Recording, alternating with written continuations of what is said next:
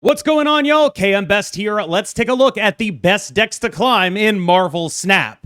The release of Gambit, Horseman of Death, has caused a scuffle in terms of decks that like to allocate their points and play relatively fair mid-range games of Marvel Snap.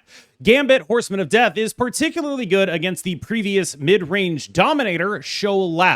All of this scuffling, all of people trying to find the best Gambit decks and trying to find the best Shou decks to beat the Gambit decks and trying to play Ramp to beat the Gambit decks and playing Doom 2099 to beat the Gambit decks, all of it benefits Negative Star-Lord. Negative Star-Lord has solidified itself as one of the best decks in the game already, and at this point is so well positioned that it frankly becomes a little bit preposterous. Everyone doing Gambit stuff, none of it matters to this deck. Everyone doing Shou stuff, but they're running tech that has to deal with Gambit instead of dealing with Star-Lord, and none of their tech dealt with Negative in the first place. We have moved closer and closer and closer to this deck being in the perfect position to take over the meta, and now I think it really is there. This is a deck that goes as over the top as it is possible to go. Much like when Shou was nerfed and ended up adapting into a bunch of different forms, which about a month later were dominating the meta, the Batroc Shou list, etc. The same has happened to Star-Lord. Star-Lord currently represents the de facto best way to go over the top of all of this stuff. It doesn't necessarily matter what Star-Lord, you can play a lot of them and be good into a lot of this stuff. The real thing that the negative deck is adding is that A, it's very good to snap with, B, it's very hard to snap against, and C, you're not nearly as hard up against decks running things like Cosmo and Cosmic Ghost Rider in order to get rid of your Star-Lord plan, because that's actually your plan B. This is not the only Star-Lord deck that is primed to take over the metagame. I think there are several others in a similar space that are doing things that are just drastically better than what everyone scuffling at the bottom of the mountain with Gambit is going to be able to match. An example would be this Danish Hela list. The Danish Hela list is a time-honored tradition on this channel. Danish is a hella one trick. He spent a lot of time refining this list to the point where it is good into a variety of things that you would not particularly expect it to be good into. You have multiple lines here. There is the baseline version of skip every turn, Star-Lord on 5, MODOK Hela, it's a billion points. You don't necessarily have to do that, though. You can play cards out sometimes. You can even do things like Invisible Woman MODOK Hela. You can Super Giant with certain things being available to you. So, for example, you can go Magik, then you Super Giant on 5, then your Hela is face down, then you MODOK on 7. All sorts of stuff allows you to put the combo together in weird and different ways, and the other Star-Lord decks sort of run cover for you. They're not really going to have an idea that you're doing this specifically, at least not yet. Now, you also have other things going on in here, like, oh, my opponent is playing Stardust, it's fine, I'm Star-Lording for Fin Fang Foom and a Juggernaut, and a lot of the decks that play Stardust are not necessarily going to be able to deal with what that is. There is a lot of power available to this deck, but really the major point being made here is that these Star-Lord hybrids are just totally ignoring everything happening everywhere else in the metagame because they have that ability. The release of Gambit has started punishing decks that are generally good into Star-Lord, or at least good enough into Star-Lord. It's not a coincidence that basically every Shou deck was able to pack a Cosmo, and very few of the decks that are actually good Gambit decks, or good at beating Gambit, are packing that. And this being at the front of the tier list. Those two things are very related. You've gone from a world where you can lose to these decks to a world where they mostly don't even interact with you. And if they're not even interacting with you, you put them in a trash can. In terms of the card Gambit, I've come around to this being sort of the best space to play it in. This is a card that can be multiplied if needed, but you are not fully committed to multiplying it. You just have some of the options to multiply it in the V-hand shell. That means that if you need it to be one proc, like against, say, a ramp deck, you're looking to blow up a chamber, you're looking to blow up a Moondragon, that's great. If you need multiple procs of Gambit, you have to go through a little bit of effort, but you can get there with Frigga against decks that are putting a lot of small guys on the board against which he will be an incredibly relevant and powerful thing to do. There's a lot of options for this card, but largely I think the most restrained version is going to be the best because it has the least reliance on Gambit's specific matchup profile. You can play all-in Gambit. We're about to talk about that, as a matter of fact. But when you play all-in Gambit, what you are saying effectively is, I am committing myself to not actually playing a lot of Marvel Snap. I'm going to win the games that Gambit wins me, and I'm going to lose the games that Gambit doesn't win me. And with a metagame warping card like this, you're going to have to pay attention to that. Here's what all-in Gambit looks like. The basic difference is just that there's slightly more ways to copy things. And that is a reasonable sacrifice to make if Gambit is going to be good enough, right? But the more you lean into being, I'm copying Gambit and Gambit alone, the less you have the ability to win the matchups that people are playing against you in order to beat Gambit or take advantage of his weaknesses, like Doom 2099 and Ramp. And it's actually preposterously easy to beat those decks if you just have enough points and you're smart enough about allocating them. The problem with these Gambit decks is they sort of allocate their points into Gambit, and then if Gambit's not providing those points, they're kind of just losing, even though they could have, with a different build, won those matchups. So just part of why I like the base V-hand build just a bit more. This is the Shou list that I've been playing. I think it's pretty reasonable. The list comes from W, of course, the winner of the Golden Gauntlet. I've enjoyed it. It's given this deck like a different snap profile against some of those Gambit decks that otherwise it would not necessarily have a good enough snap profile into. I really want to figure out how to get a fourth 1-drop in here. This deck really feels like when it doesn't have an additional 1-drop, it's kind of not doing as much as you want, but I don't know what I would have to drop in order to make that happen, and I don't know if necessarily this is the exact right shell to be doing this in. It's also possible that we'll end up wanting to do something like this in, say, the move shell. I'm a little less convinced of that, but it is possible. Largely what I've enjoyed about this shell is that it's able to stack up an armor lane really big. So you run into these Gambit decks that are like, I'm Gambiting you, so I'm going to prevent you from putting together the combo that you're trying to put together. You can just put that combo together under an armor. There's like a Maverick under that armor, and Elsa sort of leans into how you want to be playing this deck, which is to say a lot of what she's doing is saying put most of your power in one lane, and that play pattern is good into the Gambit lists. I'm not saying this is like the only version of Shou you can play into a bunch of Gambit lists, but it's definitely the one that feels the most solid to me.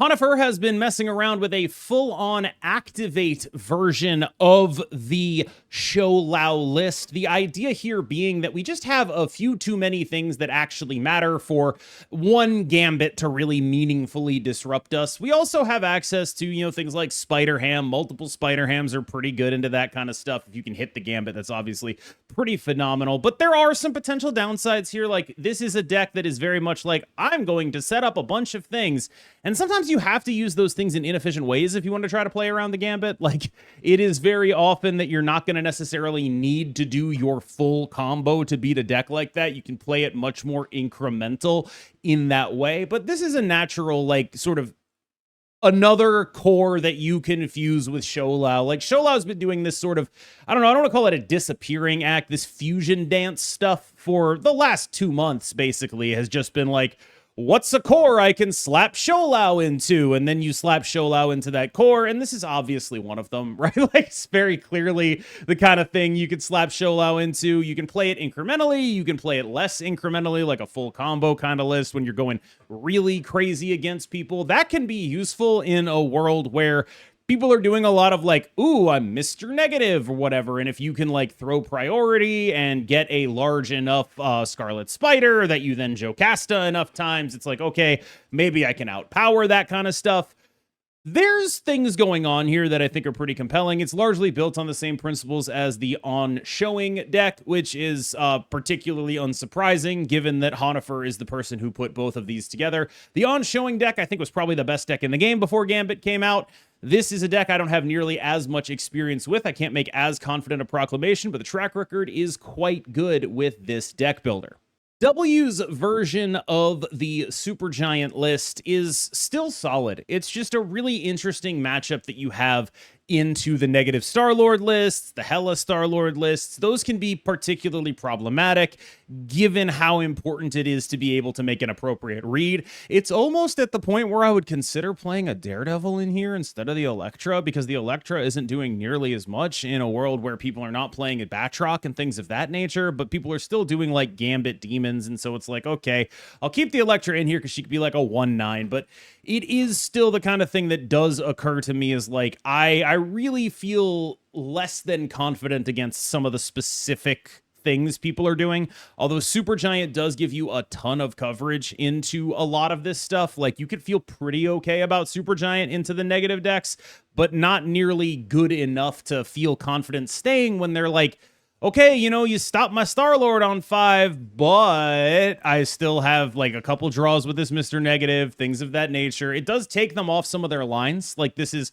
a better deck than many that aren't playing Mobius at dealing with this kind of stuff, but it is still something that probably should be paid attention to as anything but a free matchup. Like, I think it's very close, if not favored the other direction. This is just the deck that has more tools to actually deal with it when they start doing some of their game plans. And that is valuable. Like, if you're able to make the reads with this deck, it's in the game against damn near anybody. Like, that is the biggest use case of a deck like this, is you are in the game against so many different and diverse things thanks to the coverage that Supergiant, Cosmo, and Negasonic provide to you.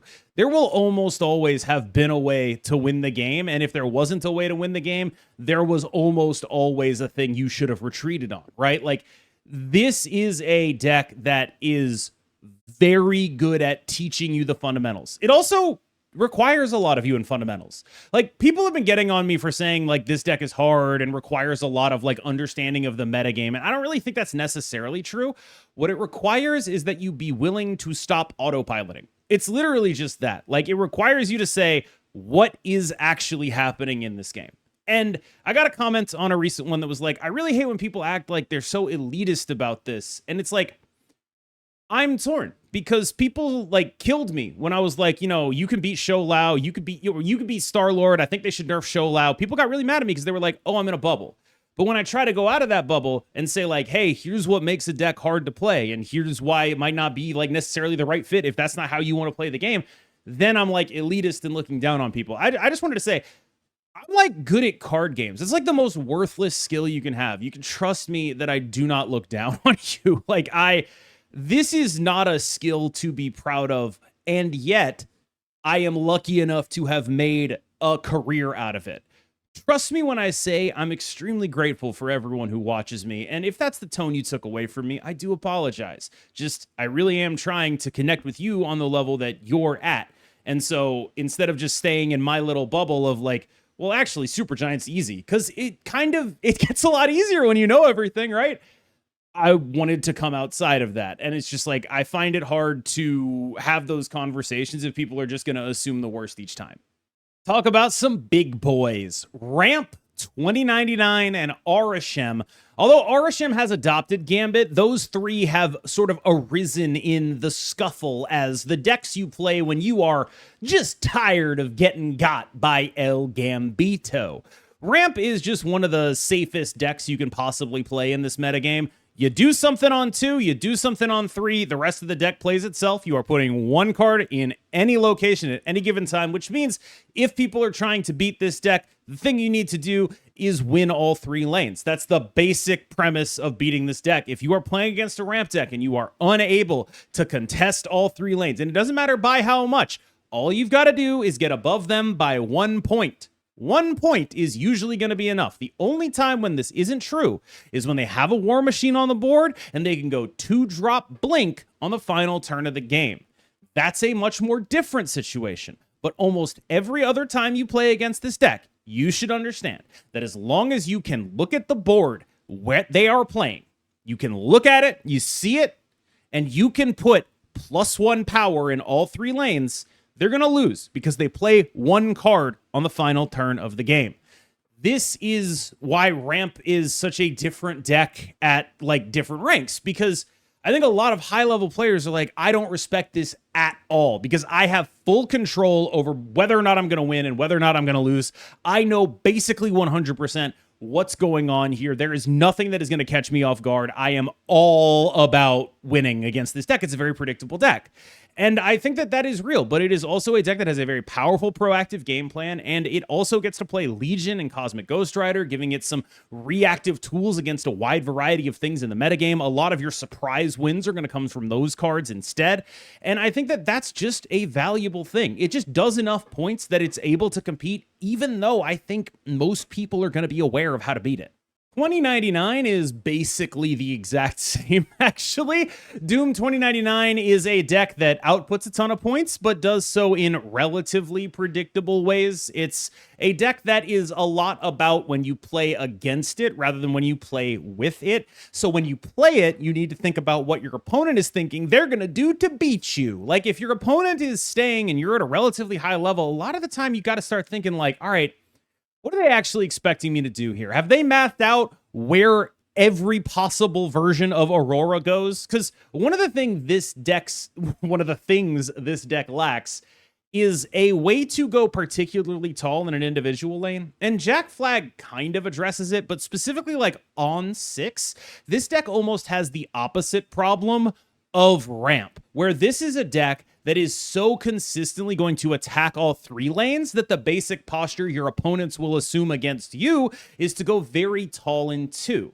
And typically what they do is they go very tall in 2 and then math out whether or not their lanes will be able to beat an Aurora in either of the 2 lanes they're targeting. And if they can, they're going to stay and they're going to beat you. These 2 decks are very intimately tied in my mind, 2099 and Ramp, because of how exactly the same they are while also being different. They are decks that are good against Gambit. They are predictable in the exact opposite ways, and I think that is a really interesting dynamic. They're both also quite easy to play, and that is what leads to their predictability. I like them both quite a bit.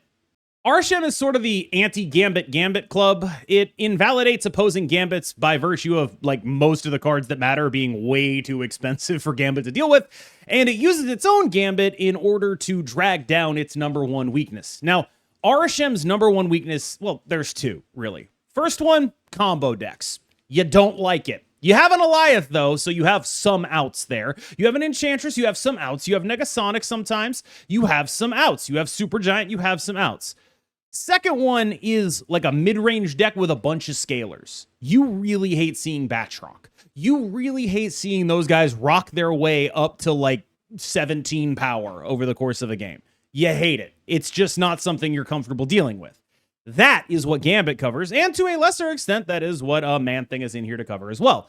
If Arishem didn't have a bunch of randomly generated cards, I would say this is like the perfectly put together deck. Like it would be absolutely, obviously, I suppose, absolutely completely busted. It's built really well for the current metagame. It is a very solid list. Gambit covers a lot of the weaknesses of this list. The metagame covers a lot of the others. The adoption of Supergiant Negasonic is a big deal for this archetype, and I think has legitimately pushed it forward in ways that previously were not necessarily true. If you don't like a certain tech card, cough, cough, Enchantress, you can run a Supergiant instead. If you're looking to beat other things, you can even get things like Mobius in here. There's a lot of flexibility to choose what you want to try to beat with this deck, but largely what Gambit does for Arishem is just something that no card ever has, which is hard target its biggest weakness of early game scalers. We've had cards in Arishem that make you good against combo decks. People have played Sandman, people have played Mobius and Stardust and Alioth and all that. We have Supergiant Negasonic in it right now. We've never had this good of a tech card for early game scalers. And it's never been this good of a meta for beating the crap out of early game scalers. There are very few of them around, which makes Arishem a very compelling choice.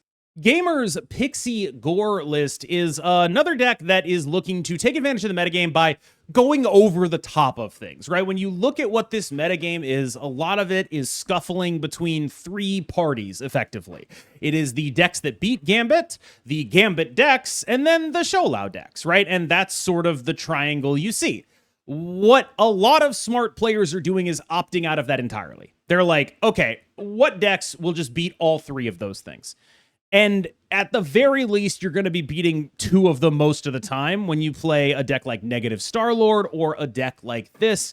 Movable Iska, one of the scariest things you can possibly see. We all know how scary Movable Cosmo is. This is the list that Gamer used before Pixie got buffed. It basically only got better, and the metagame context basically only got better because this was another list that was like not particularly loving seeing a lot of the particularly interactive early game scalar decks. Those are scary for this list, but the longer the time you have is, the more you can do. The only thing pushing this list down the tier list for me is just, I am pretty concerned that if you play against the Negative Star-Lord deck, you just instantly lose. And I think that while they are occupying similar spaces, I am pretty worried about it. Like, this is a deck that has Star-Lord outs, right? Movable Cosmo is not nothing. But when you Pixie and they negative and you don't have Mobius, you're in a ton of trouble. And that is like a big issue here. It's like, you are naked. You are naked. You are a naked Pixie deck. And that might not be the right way to go forward here. It's how Gamer enjoys playing, but I think I put a lot more respect on Negative Star-Lord. I mean, it was the first deck on the list than many others do. Another version of the Pixie list, leaning into some Gambit stuff. Again, like, Pixie has a similar dynamic to Arishem, where it's like, what you really don't want to see is your opponent getting too far ahead too early. Because if they get too far ahead too early off those scalars, you feel really dumb about your late developing game plan. And since you're not Mr. Negative, your late developing game plan, a lot more random, a lot less guaranteed, a lot less confidence that it's necessarily going to be able to pull you back in the way something like a flipped Iron Man will. Mr. Negative doesn't care about those early game scalars because it invalidates them so heavily by making 57 points in a lane. You care about them because you're probably not making 57 points in a lane. And so that's what Gambit brings to this archetype as well. It's the same thing it brings to the Arishem lists, which is just some coverage against otherwise awkward matchups that would be very scary. And the whole metagame of the Gambit stuff is providing that coverage right now. There are not a lot of scalars running around, which sort of begs the question, like, I've been conceptualizing Gambit as a factor in the metagame. I think it might be a little bit more forward thinking to conceptualize him as a tech card that you play when he is necessary, and when he is not necessary, i.e. when other Gambits are covering you, maybe you go a different direction. I'm not particularly sure right now. It's a question of how good it is to include this card in your deck in a world where a lot of people are not playing decks against which he has targets, right? This is a deck that's got some juicy Gambits in it. It really does. But what if a lot of the things that you hit with those juicy Gambits just aren't around?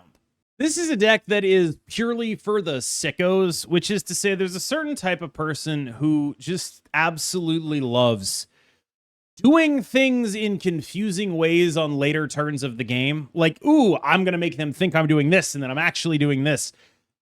These types of players, I like to call them allocators. Derek is an example. Sizer is an example. People who will play a lot of decks that are not necessarily like, I have tech for this, but my tech is that I'm smarter with where my points are than you.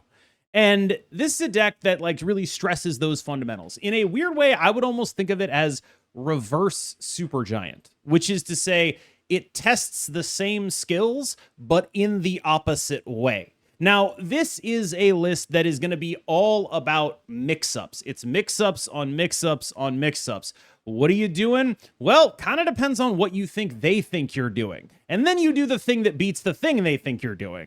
Downsides, you're not interacting.